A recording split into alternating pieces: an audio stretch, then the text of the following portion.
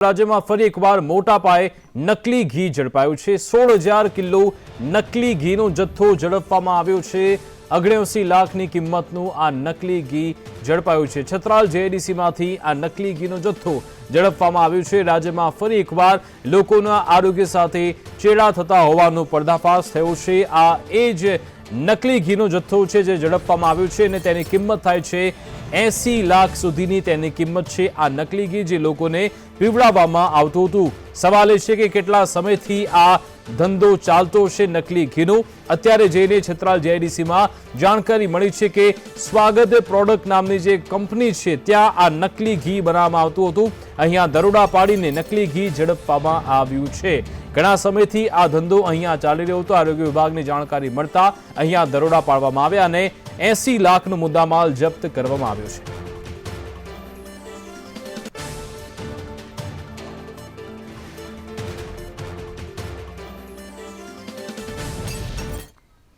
તો ગુજરાતમાં રાહુલ ગાંધીના આગમન પહેલા કોંગ્રેસને મોટો ઝટકો લાગ્યો છે। ગઈકાલે રાજીનામું આપ્યા બાદ કોંગ્રેસના દિગ્ગજ નેતા અર્જુન મોઢવાડિયા અને અમરીશ ડેર સહિત મોડુ કંડોરિયા, ધર્મેશ પટેલ અને સમર્થકો સાથે ગાંધીનગરમાં કેસરિયા કરતા જોવા મળ્યા। ગુજરાત ભાજપ પ્રમુખ સી આર પાટીલે તમામને ભાજપનો ખેસ પહેરાવી પાર્ટીમાં આવકાર્યા હતા। તમામ એવા નેતા છે કે જે કોંગ્રેસમાં સારું એવું સ્થાન ધરાવતા હતા, જો કે હવે તે ભાજપમાં જોડાઈ ગયા છે। મોડુ કંડોરિયા કે જે 2019ની લોકસભા ચૂંટણી લડી ચૂક્યા છે, 2022ની વિધાનસભા પણ લડ્યા। અર્જુન મોઢવાડિયા કે જે પોરબંદરથી ધારાસભ્ય હતા તે હવે ભાજપમાં જોડાઈ ગયા છે। ભાજપમાં જોડાયા બાદ અર્જુન મોઢવાડિયાએ કહ્યું કે આઝાદીનું સ્વપ્ન હજુ પણ અધૂરું લાગે છે। તે સમયે રાજકીય આઝાદી મળી હતી, તે સમયે ગાંધીજી અને સરદાર પટેલ દેશનું નેતૃત્વ કરતા હતા, જ્યારે આજે પીએમ મોદી અને અમિત શાહ દેશનું નેતૃત્વ કરે છે।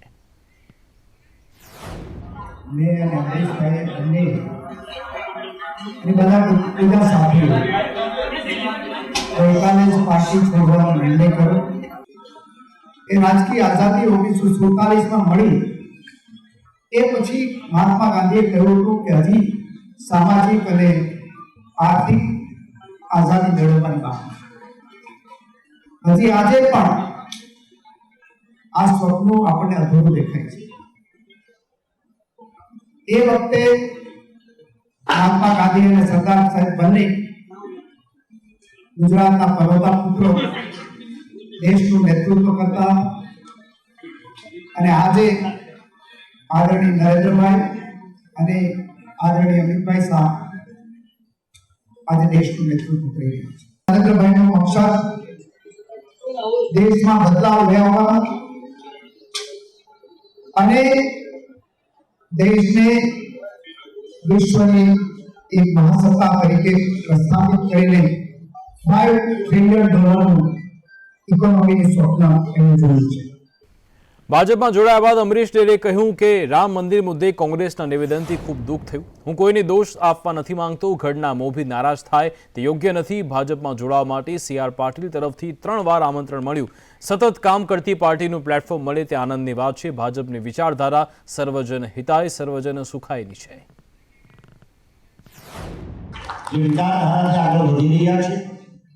સર્વજન હિતાય સર્વજન સુખાય એ મુદ્દાને ધ્યાને લઈને કામ કરવું છે।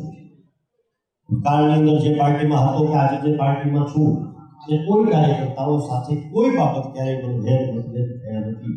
વંચિતો, પીડિતો, શોષિતો, ઉપેક્ષિતોની સેવા કરવા માટેનું માધ્યમ આ પ્લેટફોર્મ છે। ત્યારે ભારતીય જનતા પાર્ટીમાં ફરી વખત મારે સ્વમૂલ્યાંકન કરવાનું છે। ત્યારે હું ચોક્કસ પ્રમાણે કહું છું કે આગામી સમયમાં I want to prove myself કે મને કુદરતે માણસ તરીકે અહીંયા મોકલ્યો છે અને એના પૂરું કરવું છે।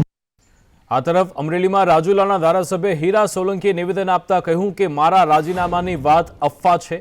હીરા સોલંકી રાજીનામું આપી લોકસભા લડે તેવી અટકળો થઈ રહી છે। તેવામાં હીરા સોલંકીએ આજે કહ્યું કે પાર્ટી કહેશે તો લોકસભા હું લડીશ। વાહિયાત વાતો છે, રાજીનામાની વાત જ નથી અને પાર્ટી કંઈક પાર્ટીના હિતમાં કંઈક સારો નિર્ણય લેતા હોય તો એમાં અમારી રજામંદી જ હોય, એમાં કોઈ પ્રશ્ન જ નથી। પણ બીજી બધી જે વાતો ચાલે છે એ વાહિયાત વાતો મારે બીજા ધ્યાન ઉપર કોઈ વાત આવી નથી, એટલે એમાં હું કંઈ બોલી શકીશ। એ સમયે ઘણા બધા આપણે જોતા હોય સમયે કંઈક નિર્ણય લેવા પડતા હોય છે અને સમય જે પાર્ટીને સારું લાગ્યું એ નિર્ણય લીધો છે, એમાં કોઈ બીજો કોઈ પ્રશ્ન આવતો જ નથી અને કંઈ પાર્ટી જે નિર્ણય લેશે આવતા દિવસોમાં બી એ મને માન્ય રહેશે. તો રાહુલ ગાંધીની ન્યાય યાત્રા પહેલા કોંગ્રેસમાં હડકંપ મચેલો છે. એક બાદ એક નેતાઓ કોંગ્રેસ છોડી રહ્યા છે. તેવામાં અમરેલી જિલ્લામાં આવતીકાલે પણ કોંગ્રેસમાં ભૂકંપ આવી શકે છે. સમાચાર રહેશે કોંગ્રેસના પ્રમુખ શિવરાજ વિછિયા કેસરિયા કરી શકે છે. પંચાયતના સભ્યો સહિત હોદ્દેદારો પણ કેસરીઓ ધારણ કરી શકે છે. તમામ હોદ્દેદારો CR પાટીલના હસ્તે ભાજપમાં જોડાઈ જશે. ઓબીસી સમાજના અધ્યક્ષ પ્રભાત કોઠીવાલ પણ ભાજપમાં જોડાશે. અમરેલી જિલ્લા સંગઠનમાં કોંગ્રેસના મોટા નેતા હવે ભાજપમાં જોડાવા જઈ રહ્યા છે. તમામ સંગઠન CR પાટીલના હસ્તે કેસરિયા કરશે, એટલે કે આવતીકાલનો દિવસ પણ કોંગ્રેસ માટે ભારે રહેવાનો છે.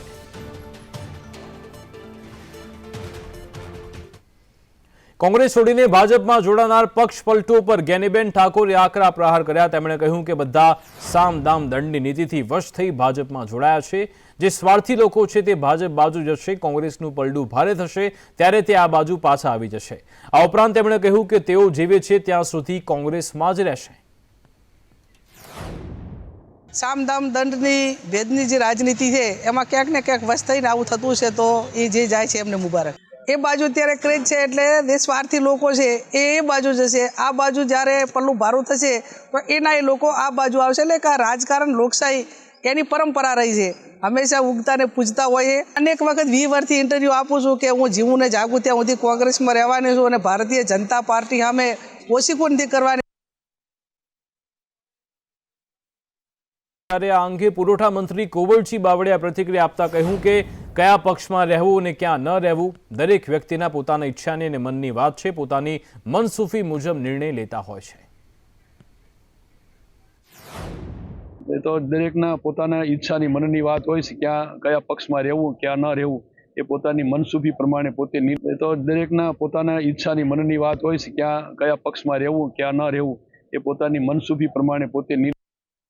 તો ભાજપના ભરતી મેળાને લઈ હાલ કોંગ્રેસ સંગઠનમાં ચિંતાનો માહોલ છે. ઉમેદવારોના નામ જાહેર કરવામાં કોંગ્રેસે પોતાની રણનીતિ હવે બદલી છે. ભાજપમાં ભરતી મેળાને કારણે જ કોંગ્રેસે પોતાની સ્ટ્રેટેજી બદલી. ગુજરાત કોંગ્રેસના ઉમેદવારોના નામ જાહેર થવામાં વિલંબ થઈ શકે છે. ઉમેદવારોના નામ અંતિમ ઘડીએ જાહેર કરાશે તેવી પણ માહિતી. વહેલા ઉમેદવાર જાહેર કરી કોંગ્રેસ કોઈપણ પ્રકારનું રિસ્ક લેવા નથી માંગતી. 15 માર્ચ બાદ કોંગ્રેસ હાઈકમાન્ડ ઉમેદવારો જાહેર કરી શકે છે. એમાં અમારી પ્રક્રિયા અમે બહુ વહેલા શરૂ કરી હતી. કાર્યકર્તાઓ પાસેથી અભિપ્રાય જાણવા વોટિંગ પણ લીધું હતું. PEC મળી ગઈ અમારી. એ પછી સિનિયર સાથે ચર્ચા થઈ ગઈ. એ પછી સ્ક્રીનિંગ કમિટી થઈ ગઈ, સ્ક્રુટિની કમિટી થઈ ગઈ. અને એમાંથી જ્યાં અમને લાગે છે ત્યાં કોઈના કાનમાં કહ્યું પણ છે.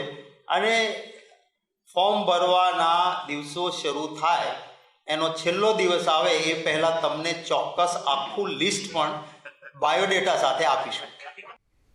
જાલોદમાં રાહુલ ગાંધીની ન્યાય યાત્રા પહેલા તિરંગા યાત્રા. કોંગ્રેસ નેતાઓએ જાલોદમાં તિરંગા યાત્રાનું આયોજન કર્યું.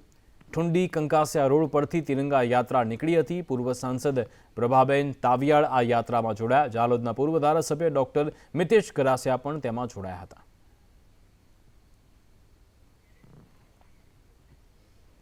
રાહુલ ગાંધીની ભારત જોડો ન્યાય યાત્રા ગુજરાત આવવાની છે, જેને લઈ નર્મદા ખાતે કોંગ્રેસના રાષ્ટ્રીય મહામંત્રી ઉષાબેન નાયડુએ સ્થાનિક નેતાઓ અને કાર્યકરો સાથે મીટિંગ યોજી હતી. રાહુલ ગાંધીની ભારત જોડો ન્યાય યાત્રા 9મી માર્ચે નર્મદા જિલ્લામાં પ્રવેશ કરશે. નર્મદામાં યોજાયેલી મીટિંગ દરમિયાન ઉષાબેન નાયડુએ ભાજપ પર પ્રહાર કરતા કહ્યું કે ભાજપમાં નેતૃત્વની કમી છે, એટલે તે કોંગ્રેસના સિનિયર નેતાઓને લેવા માટે પડાપડી કરી રહી છે. આ સાથે તેમણે દાવો કરતા કહ્યું કે કોંગ્રેસ આપનું ગઠબંધન ગુજરાતની લોકસભાની 26માંથી 26 सीटों जीतશે.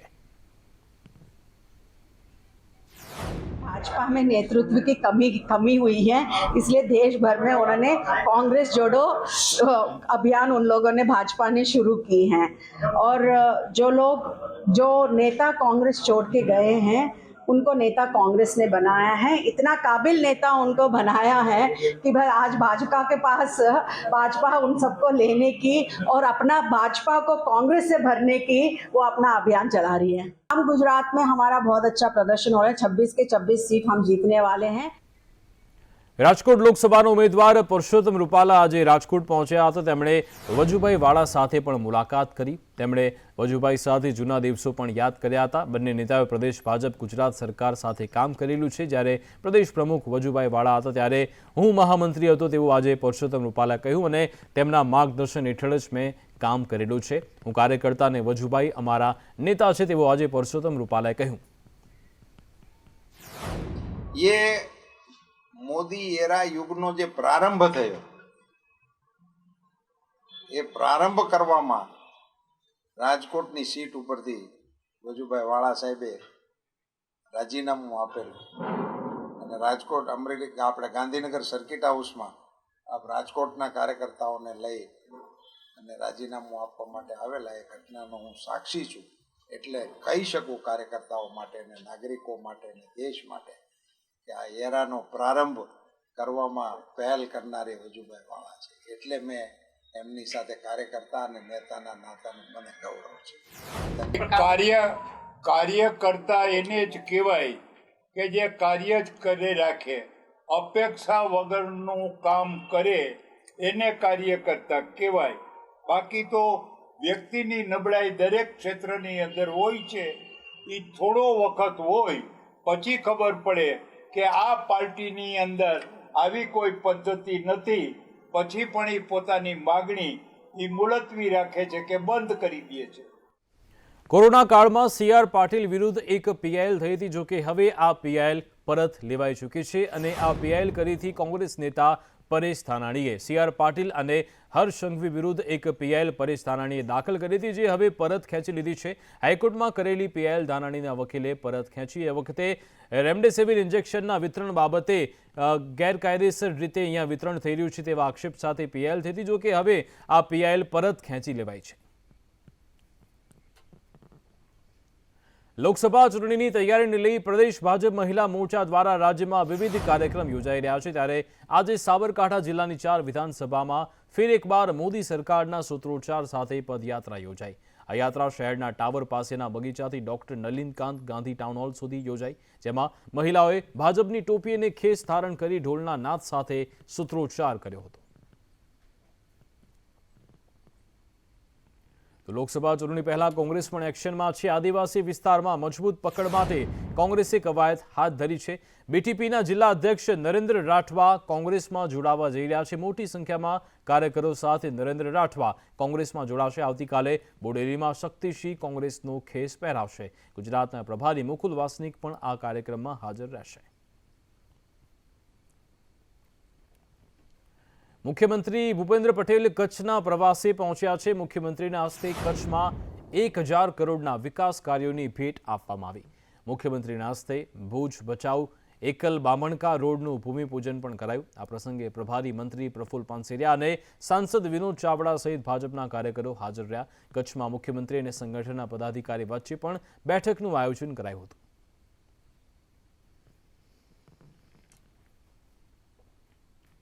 પશ્ચિમ બંગાળના સંદેશખાલીમાં થઈ રહેલા અત્યાચાર સામે ભાજપને વિદ્યાર્થી પાંખ ABVPએ સમગ્ર દેશમાં વિરોધ કર્યો છે। ત્યારે આજે અમદાવાદમાં પણ ABVPના કાર્યકર્તાઓએ ગુજરાત યુનિવર્સિટી પાસે મોટી સંખ્યામાં ઉપસ્થિત રહી વિરોધ કર્યો। ABVPના કાર્યકર્તાઓએ TMCના પાર્ટી તેમજ મમતા બેનર્જી વિરુદ્ધ સૂત્રોચ્ચાર અને હાથમાં બેનર લઈ વિરોધ કર્યો। કાર્યકર્તાએ વિરોધ કરતા કહ્યું કે મમતા બેનર્જીના ફક્ત નામમાં જ મમતા છે, તેમના દિલમાં કોઈ મમતા હોત તો સંદેશખાલી વિસ્તારમાં મહિલા અને બાળકી પર થતા અત્યાચારને તે રોકી શક્યા હોત।